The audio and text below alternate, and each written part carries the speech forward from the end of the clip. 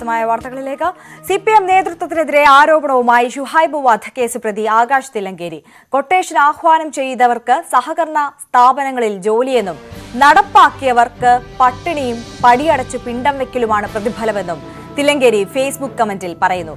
DYFI നേതാവിന്റെ FB പോസ്റ്റിന് കമന്റായാണ് ഇങ്ങനെ പറഞ്ഞത്.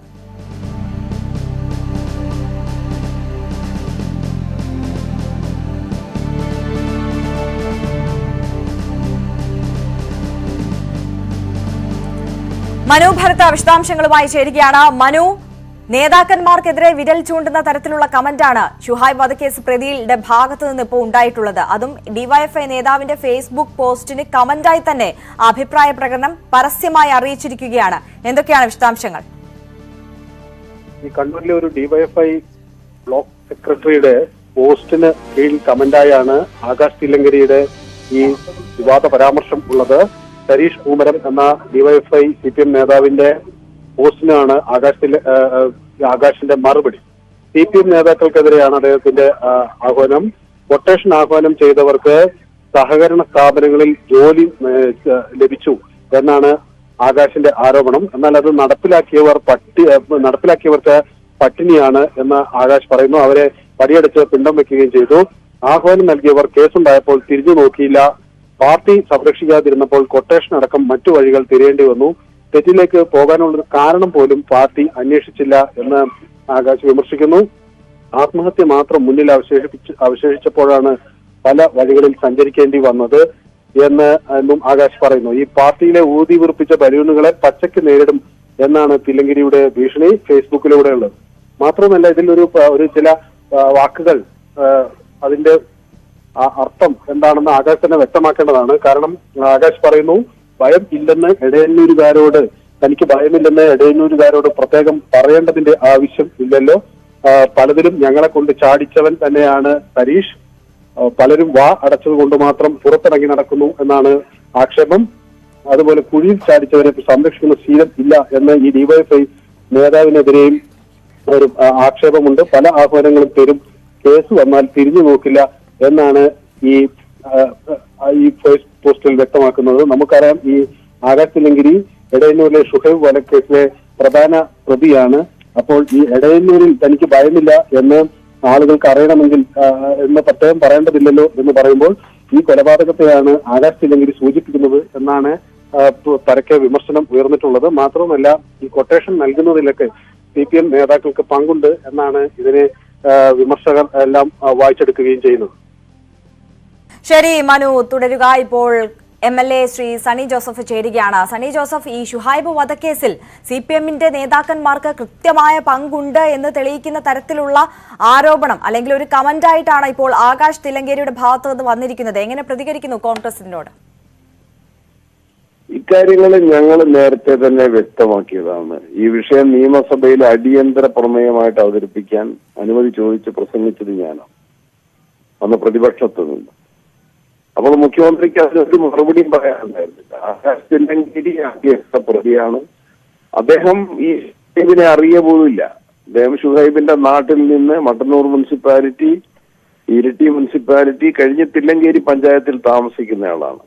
അദ്ദേഹത്തിന് ഇത് നേതൃത്വം ഏൽപ്പിച്ചത് തന്നെയാണ്, കൊട്ടേഷൻ എന്ന നിലയിൽ ഏൽപ്പിച്ചത് തന്നെയാണ്. അങ്ങനെ കുറ്റകൃത്യങ്ങൾ ചെയ്യിക്കാൻ നിയോഗിക്കപ്പെട്ട ആളുകൾ പിന്നീട് അതിന് പാർട്ടി വഴി പരിഗണിക്കുന്നില്ല എന്നുള്ളതാണ് ഇപ്പം ആകാശ് തില്ലങ്കേരിയുടെ ഈ ഫേസ്ബുക്ക് പോസ്റ്റിൽ നിന്ന് അദ്ദേഹത്തിന്റെ പ്രതിഷേധം നമുക്ക് മനസ്സിലാക്കാൻ സാധിക്കുന്നു. അതിലൊരു കുറ്റസമ്മതം ഉണ്ട്.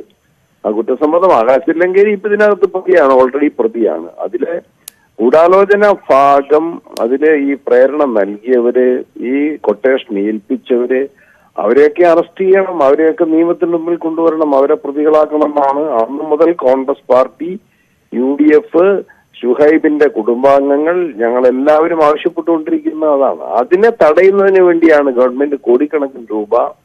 അങ്ങനെ ഒരു അന്വേഷണം വന്നാൽ, കേരളത്തിന് പുറത്തൊരു ഏജൻസി അന്വേഷിച്ചാൽ ഇതിലെ ഗൂഢാലോചന ഭാഗത്തിലെ എല്ലാവരും പ്രതികളാക്കപ്പെടും എന്ന് മനസ്സിലാക്കിയിട്ടാണ് സുപ്രീം കോടതിയിൽ നിന്ന് അഭിഭാഷകരെ കൊണ്ടുവന്ന് ഈ കേന്ദ്ര ഏജൻസിയുടെ അന്വേഷണത്തെ തടയാൻ വേണ്ടി കേരള ഗവൺമെന്റ് പബ്ലിക് ഫണ്ടാണ് ചെലവഴിക്കുന്നത്. ജനങ്ങളുടെ നികുതി പണമാണ്. എന്തിനു വേണ്ടിയാണ് ചെലവഴിച്ചത്? നിയമവിരുദ്ധമായ നടപടിക്ക് വേണ്ടിയാണ്. ജനങ്ങളുടെ ജീവനും സ്വത്തിനും സംരക്ഷണം നൽകേണ്ട ഗവൺമെന്റ് ഒരു കുറ്റകൃത്യം ഉണ്ടായാൽ അവിടെ വാദിഭാഗത്ത് പ്രോസിക്യൂഷൻ ഭാഗത്ത് നിൽക്കേണ്ട ഗവൺമെന്റ് ആണ്.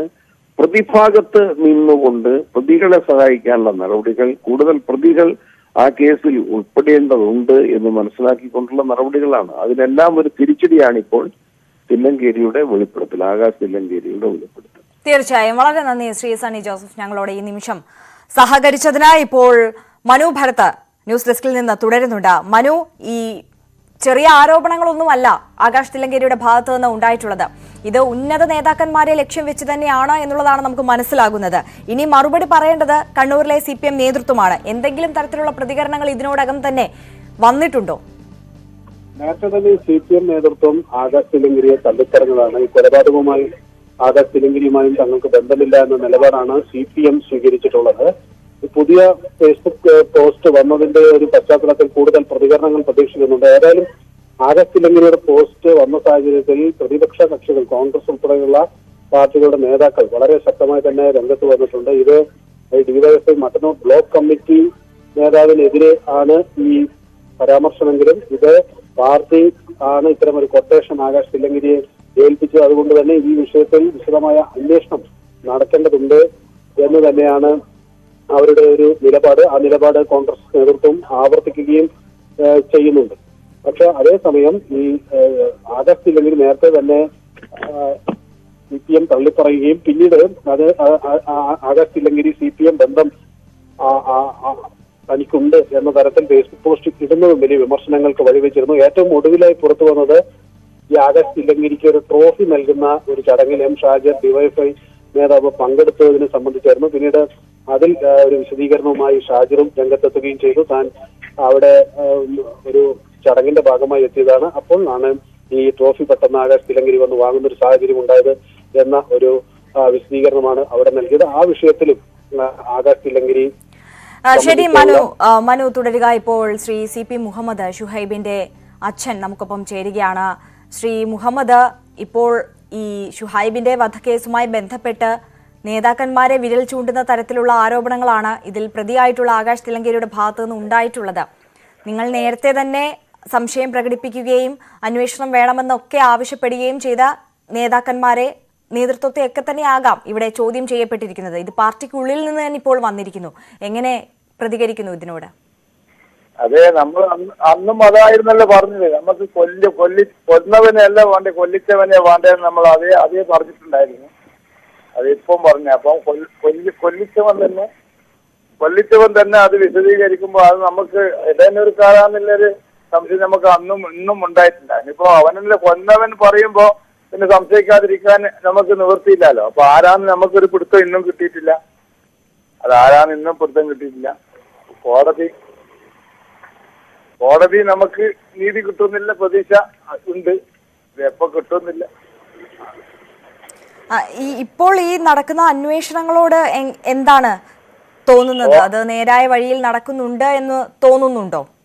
നേരായ വഴിയിൽ അതല്ല, ലക്ഷക്കണക്കിന് രൂപ യഥാർത്ഥ പ്രതികളെ ഇതിൽ പിന്നിൽ പ്രതിയെ കൊണ്ടുവരാതിരിക്കാതിനാണല്ലോ ഇവര് ലക്ഷക്കണക്കിന് രൂപ കൊടുത്തിട്ട് ബാധിച്ച് വക്കീലിനെ കൊണ്ടുവന്നതും അതാണല്ലോ. യഥാർത്ഥ പ്രതികളെ മുൻപിൽ കൊണ്ടുവരാതിരിക്കാനല്ലേ ഇവരിങ്ങനെ ചെയ്യുന്നത്. അപ്പൊ ഈ ആകാശ് തില്ലങ്കേരി പറഞ്ഞു കഴിഞ്ഞാൽ ആകാശ് തില്ലങ്കേരിന്റെ വായിൽ നിന്ന് ഇത് പോവല്ലോ എന്തായാലും. ശരി, വളരെ നന്ദി ശ്രീ മുഹമ്മദ് ഈ നിമിഷം ഞങ്ങളോട് പ്രതികരിച്ചതിന്. മനു ഭരത് തുടരുന്നുണ്ട്. മനു, എന്തായാലും ഫേസ്ബുക്കിൽ കൂടി നടത്തിയ ഒരു പ്രതികരണമാണ്. അതുകൊണ്ട് തന്നെ സോഷ്യൽ മീഡിയയുടെ ഒരു പ്രത്യേകത, അപ്പോൾ തന്നെ പലതരത്തിലുള്ള പ്രതികരണങ്ങൾ ഈ കമന്റിന് വന്നിട്ടുണ്ടാകും എന്നുള്ളതാണ്. ഈ CPM നേതാക്കന്മാരുടെ ഭാഗത്തു നിന്ന് ഇതിനെന്തെങ്കിലും തരത്തിലുള്ള പ്രതികരണം വന്നിട്ടുണ്ടോ? മറ്റുള്ള അണികളടക്കം ഇതിനോട് എങ്ങനെയാണ് പ്രതികരിക്കുന്നത്? CPM നേതാക്കൾ ഇത് സംബന്ധിച്ചൊരു പ്രതികരണം ഇതുവരെ നടത്തിയിട്ടില്ല. പക്ഷേ സ്വാഭാവികമായും ഇതിനെതിരെ ഒരു പ്രതികരണം CPMന്റെ നേതൃത്വത്തിന്റെ ഭാഗത്തു നിന്ന് ഉണ്ടാകും. സ്വാഭാവികമായ ഒരു പ്രതികരണം എല്ലാ ഘട്ടങ്ങളിലും പറഞ്ഞിട്ടുള്ളതാണ്. CPM ആകാശ് തില്ലങ്കരിയുമായി തങ്ങൾക്ക് ബന്ധം ഇല്ല എന്നും അത്തരം ആളുകളെ പാർട്ടിയിൽ നിന്ന് മാറ്റി നിർത്തിയിട്ടുള്ളതാണ് എന്ന ഒരു നിലപാട് നേരത്തെ തന്നെ CPM നേതാക്കൾ വ്യക്തമാക്കിയിരുന്നു. അതേ നിലപാട് വീണ്ടും ആവർത്തിക്കാനാണ് സാഹചര്യം. പക്ഷേ ഈ ആകാശ് തില്ലങ്കേരി തന്നെ ഇങ്ങനെ ഒരു ഫേസ്ബുക്ക് പോസ്റ്റുമായി വന്ന സാഹചര്യത്തിൽ പ്രതിപക്ഷ കക്ഷികൾ വലിയൊരു പ്രക്ഷോഭത്തിലേക്ക് നീങ്ങാനൊക്കെയുള്ള സാധ്യതയുണ്ട്.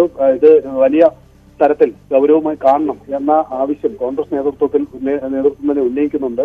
DCC പ്രസിഡന്റ് മാർട്ടിൻ ജോർജ് ഉൾപ്പെടെയുള്ളവർ ഈ വിഷയം ഗൗരവമായി കാണണം എന്ന ആവശ്യം മുന്നോട്ട് വെച്ചിട്ടുണ്ട്. അപ്പൊ പ്രതിപക്ഷ കക്ഷികളുടെ ഭാഗത്തുനിന്ന് പ്രത്യേകിച്ച് കോൺഗ്രസിന്റെ ഭാഗത്തുനിന്ന് വലിയ ഒരു പ്രതികരണം ഇതുമായി ബന്ധപ്പെട്ട് വരും ദിവസങ്ങളിലും ഉണ്ടാകും എന്നാണ് കണക്കാക്കേണ്ടത്. ഈ എടയന്നൂരിലെ ഷുഹൈബ് കോൺഗ്രസിനെ സംബന്ധിച്ചിടത്തോളം അത്രമാത്രം ഒരു വൈകാരികമായ ആ കൊലപാതകം അത്രമാത്രം വൈകാരികമായാണ് ഈ പ്രദേശത്തുള്ള കോൺഗ്രസ് നേതാക്കളും അതുപോലെ യുവാക്കളും കാണുന്നത്. കാരണം ഷുഹൈബ് അത്രമാത്രം അവരുടെ ഒരു പ്രിയപ്പെട്ട നേതാവും കൂടിയായിരുന്നു. ആ ഘട്ടത്തിൽ പരിചയപ്പെട്ടു എന്നത് മാത്രമല്ല, പിന്നീട് ഈ കേസ് CBI അന്വേഷണം വരാതിരിക്കാൻ സംസ്ഥാന സർക്കാർ നടത്തിയ നീക്കങ്ങൾ ഇതെല്ലാം തന്നെ എല്ലാ ഘട്ടങ്ങളിലും കണ്ണൂരിൽ രാഷ്ട്രീയത്തിൽ വലിയ തോതിൽ ചർച്ചാ വിഷയമാവുകയും ചെയ്തിട്ടുള്ള ഒരു സംഭവമാണ്. അതുകൊണ്ട് തന്നെ ഈ വിഷയത്തിൽ കോൺഗ്രസ് മുന്നിൽ നിന്നുകൊണ്ട് പ്രതിപക്ഷ കക്ഷികൾ ശക്തിയായി രംഗത്ത് വരും.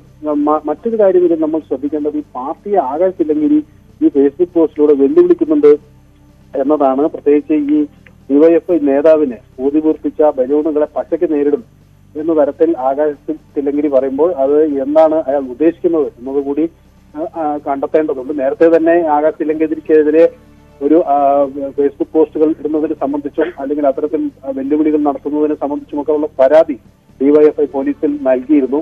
അപ്പോൾ വീണ്ടും അത് സംബന്ധിച്ച് വീണ്ടും അതിന് തുടർന്നുള്ള പരാതികൾ ഉണ്ടാകും എന്നും പ്രതീക്ഷിക്കാം. അതേസമയം തന്നെ മനു, ഈ ചില നേതാക്കന്മാരുടെ പേരുകൾ എടുത്തു പറഞ്ഞുള്ള ഒരു പ്രതികരണമല്ലേ ഈ സരീഷ് പൂമരം പോലുള്ളവരുടെയൊക്കെ പേരുകൾ ഈ ഒരു കമന്റിനുള്ളിൽ എടുത്തു പറഞ്ഞുകൊണ്ടല്ലേ ആകാശ് തില്ലങ്കേരിയുടെ പ്രതികരണം ഉണ്ടായിരിക്കുന്നത്? അതെ, അത് ഈ സരീഷിന്റെ പോസ്റ്റിന് താഴെയാണ് ഈ ആകാശ് തില്ലങ്കേരി ഇത്തരത്തിൽ ഒരു അതിൽ പറയുന്നുണ്ട്. അതായത് പലതിലും ഞങ്ങളെ കൊണ്ട് ചാടിച്ചത് ഈ സരീഷാണ്, സരീഷ് പറഞ്ഞിട്ട് പല കാര്യങ്ങളും ചെയ്തിട്ടുണ്ട് എന്നുള്ളതാണ്. അതെ, അങ്ങനെ പല കാര്യങ്ങളിൽ ചാടിക്കുകയും പിന്നീട് അവരെ സംരക്ഷിക്കാതിരിക്കുകയും ചെയ്തു എന്നാണ് ഈ പോസ്റ്റിൽ ഒരു ആക്ഷേപമായി ഉന്നയിക്കുന്നത്. അപ്പോൾ ആകാശ് തില്ലങ്കേരിയെ സംബന്ധിച്ചിടത്തോളം ആളുകൾ കോൺഗ്രസ് ഉൾപ്പെടെയുള്ള പാർട്ടികളുടെ നേതാക്കൾ ചോദിക്കുന്നത് ഈ എടയന്നൂരിൽ ആകാശ് തില്ലങ്കേരി എന്തെങ്കിലും കുഴിയിൽ ചാടി എന്ന് പറഞ്ഞാൽ അതിന്റെ അർത്ഥം ഈ ഷുഹൈബ് വധക്കേസാണ്. ആ ഷുഹൈബ് വധക്കേസിലുള്ള പങ്കാണ് ഇതുവഴി ആകാശ് തില്ലങ്കേരി വ്യക്തമാക്കുന്നത്. അത് മാത്രമല്ല, അവരൊക്കെ വായടച്ചിരിക്കുന്നത് കൊണ്ടാണ് ചില സരീഷിനെ പോലുള്ളവർ പുറത്തിറങ്ങി നടക്കുന്നത് എന്നും ആകാശ് തില്ലങ്കേരി പറഞ്ഞു വെക്കുമ്പോൾ ഇതിന് അവിടുത്തെ പ്രാദേശിക നേതൃത്വത്തിന്റെ ഒരു പിന്തുണ ഈ കൊലപാതകവുമായി ബന്ധപ്പെട്ട് ഉണ്ട് എന്നാണ് ഇപ്പോൾ കോൺഗ്രസ് നേതൃത്വം ആക്ഷേപിക്കുന്നത്. DYFIയുടെ അവിടുത്തെ ബ്ലോക്ക് സെക്രട്ടറിയാണ് ഈ സരീഷ് പൂമരം. അപ്പോൾ ആ ഘട്ടത്തിൽ ഇത് CPIയെ സംബന്ധിച്ചിടത്തോളം വളരെ സുരക്ഷിതമായ ഒരു ആരോപണമാണ്. ഇതിന് രാഷ്ട്രീയമായും ഇത് അല്ലാതെ നിയമപരമായും ഇതിന് മറുപടി പറയേണ്ട ബാധ്യത കൂടി CPMനും DYFIക്കും വരികയാണ്. ഇത്തരത്തിൽ പാർട്ടിയുടെ നേതൃത്വം പറയുന്നതനുസരിച്ച് കൊല്ലാനും ചാവാനും ഒക്കെ നടക്കുന്നവർക്ക് പട്ടിണിയാണ് പ്രതിഫലം ലഭിക്കുന്നത്. ഇപ്പോൾ തങ്ങൾക്ക് പേരുദോഷം ലഭിച്ചിരിക്കുന്നു, പടിയടച്ചു പിണ്ടം വെച്ചിരിക്കുന്നു, പാർട്ടിയിൽ സ്ഥാനമില്ല, പാർട്ടി തള്ളിപ്പറയുന്നു, മറ്റ് ജോലിക്ക് പോകാൻ ഒരു വഴിയുമില്ലാത്ത സാഹചര്യം. പക്ഷേ ഇത് ചെയ്യിച്ചവർ ഉയർന്ന സ്ഥാനങ്ങളിൽ ഇരിക്കുന്നു, കൂടുതൽ പദവികൾ കിട്ടുന്നു, ജോലി കിട്ടുന്നു, അംഗീകാരം കിട്ടുന്നു. ഇത്തരത്തിൽ കുറച്ചാളുകളെ പൊതുസമൂഹത്തിന് മുന്നിലേക്ക് തള്ളിയിട്ടുകൊണ്ട് ഈ നേതാക്കന്മാർ ഇത്തരത്തിൽ കൊലപാതകങ്ങൾ ആസൂത്രണം ചെയ്തുകൊണ്ട് പിന്നിൽ ഒളിഞ്ഞിരിക്കുകയാണ് എന്ന് തന്നെയാണ് ആകാശ് തില്ലങ്കേരി പറഞ്ഞു വെക്കുന്നത്, അല്ലേ?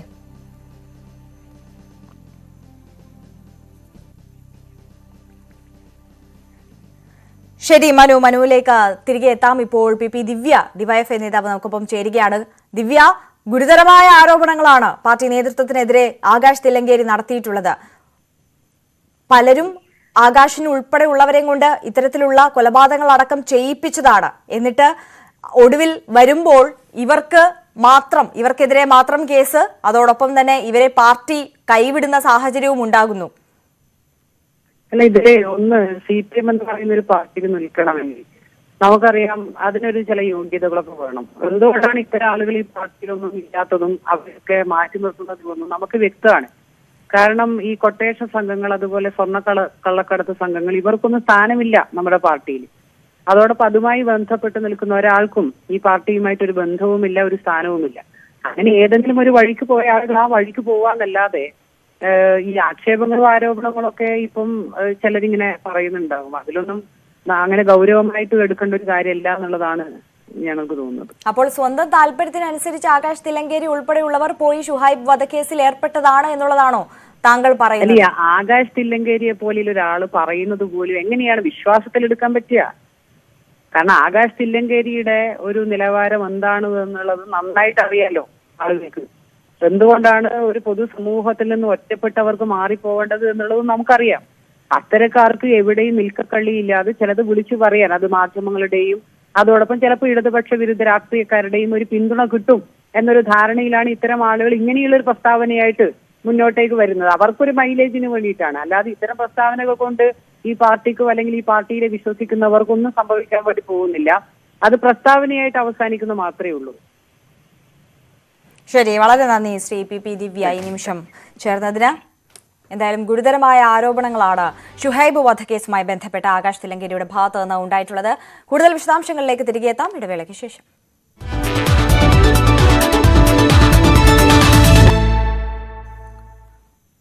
തിരികെ വാർത്തകളിലേക്ക് എത്തുമ്പോൾ എം ശിവശങ്കറിന്റെ അറസ്റ്റ് ഓർഡർ പുറത്ത്. സ്വപ്നയും ശിവശങ്കറും തമ്മിലുള്ള വാട്സ്ആപ്പ് സന്ദേശങ്ങൾ ശേഖരിച്ചെന്ന ഓർഡറിൽ പറയുന്നു. ശിവശങ്കറിന്റെ പങ്കിലേക്കുള്ള സൂചനയാണ് വാട്സ്ആപ്പ് സന്ദേശങ്ങൾ. വാട്സ്ആപ്പ് സന്ദേശങ്ങൾ കാണിച്ച ശേഷം ശിവശങ്കർ സഹകരിക്കുന്നില്ല, ചോദ്യങ്ങൾക്ക് ഉത്തരം നൽകാതെ നിസ്സഹകരണം തുടരുന്നുവെന്നും അറസ്റ്റ് ഓർഡറിൽ. സുവി വിശ്വനാഥൻ വിശദാംശങ്ങളുമായി ചേരുകയാണ്. സുവി, ശിവശങ്കറിന്റെ പങ്ക് തെളിയിക്കുന്ന സന്ദേശങ്ങൾ ലഭിച്ചിട്ടുണ്ട് എന്ന് ഓർഡറിൽ പറയുമ്പോൾ ശിവശങ്കറിന്റെ കുരുക്ക് മുറുകുകയാണ് എന്നുള്ളത് വ്യക്തമാണ്. അതോടൊപ്പം തന്നെ ഇപ്പോൾ ശിവശങ്കറിനെ കോടതിയിൽ എത്തിച്ചു എന്നതുകൂടി മനസ്സിലാക്കുകയാണ്. അതിന്റെ കൂടെ വിശദാംശങ്ങൾ.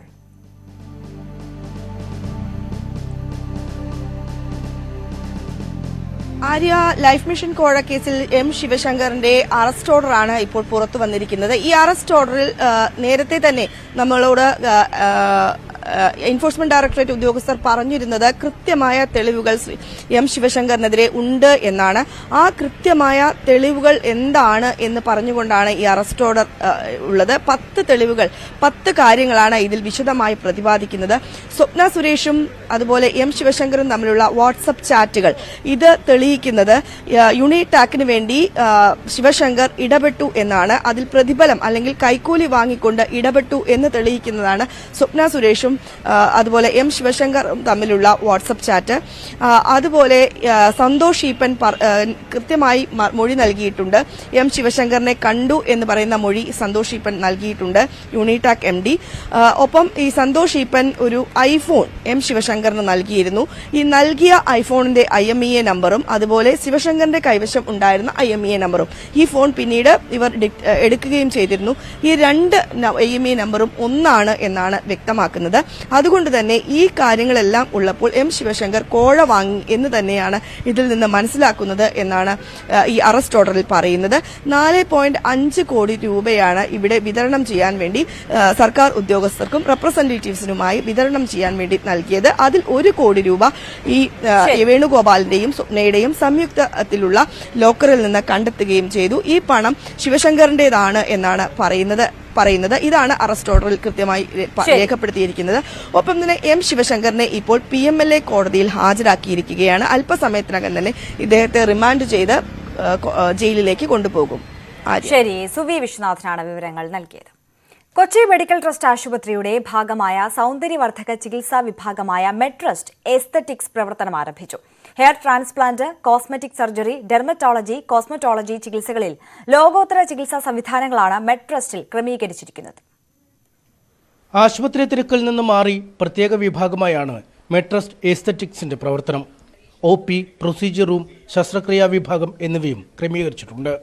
മെഡിക്കൽ ട്രസ്റ്റിലെ എല്ലാ സ്റ്റാഫിനെയും മെഡ്ട്രസ്റ്റ് എസ്തറ്റിക്സ് എന്ന ഈ പ്രോജക്ടിനു വേണ്ടി നിരന്തരമായി പ്രയത്നിച്ച എല്ലാവരെയും ഞാൻ നന്ദിയോടെ ഓർക്കുന്നു. തലമുടി കൊഴിയുന്നതിനുള്ള ചികിത്സകൾ, മുടി വെച്ചുപിടിപ്പിക്കുന്നതിനുള്ള സംവിധാനങ്ങൾ എന്നിവ അടങ്ങുന്നതാണ് ഹെയർ പ്ലാന്റ് സെന്റർ. മുഖത്തപ്പാടുകൾ, ചുളിവുകൾ, അകാല വാർദ്ധക്യം എന്നിവ ലേസർ ചികിത്സയിലൂടെ ഇല്ലാതാക്കാൻ ലോകത്തെ ഏറ്റവും നൂതനമായ സംവിധാനങ്ങൾ കേന്ദ്രത്തിലുണ്ട്. Doctor Naveen Thomas, doctor Anand Sivadas, doctor Jayashree P, doctor Bhaskara KG തുടങ്ങി ഈ രംഗത്തെ പരിചയസമ്പന്നരായ ഡോക്ടർമാർ സേവനവും മെഡ്ട്രസ്റ്റിലുണ്ട്. ഫേസ് ലിഫ്റ്റ്, അതായത് നമ്മുടെ മുഖത്തിന്റെ പ്രായം കുറയ്ക്കുന്ന ഒരു ഓപ്പറേഷനാണ്. അതായത് നമ്മുടെ മുഖത്തിന്റെ പ്രായം ഒരു 10-15 വർഷം പിന്നിലോട്ട് കൊണ്ടുപോകാൻ താല്പര്യപ്പെടുന്ന ചലച്ചിത്ര താരങ്ങളായ നമിത പ്രമോദും ബിനു അടിമാലിയും ചടങ്ങിൽ പങ്കെടുത്തു. News 18 Kochi. News at 4 PM അവസാനിക്കുന്നു. നമസ്കാരം.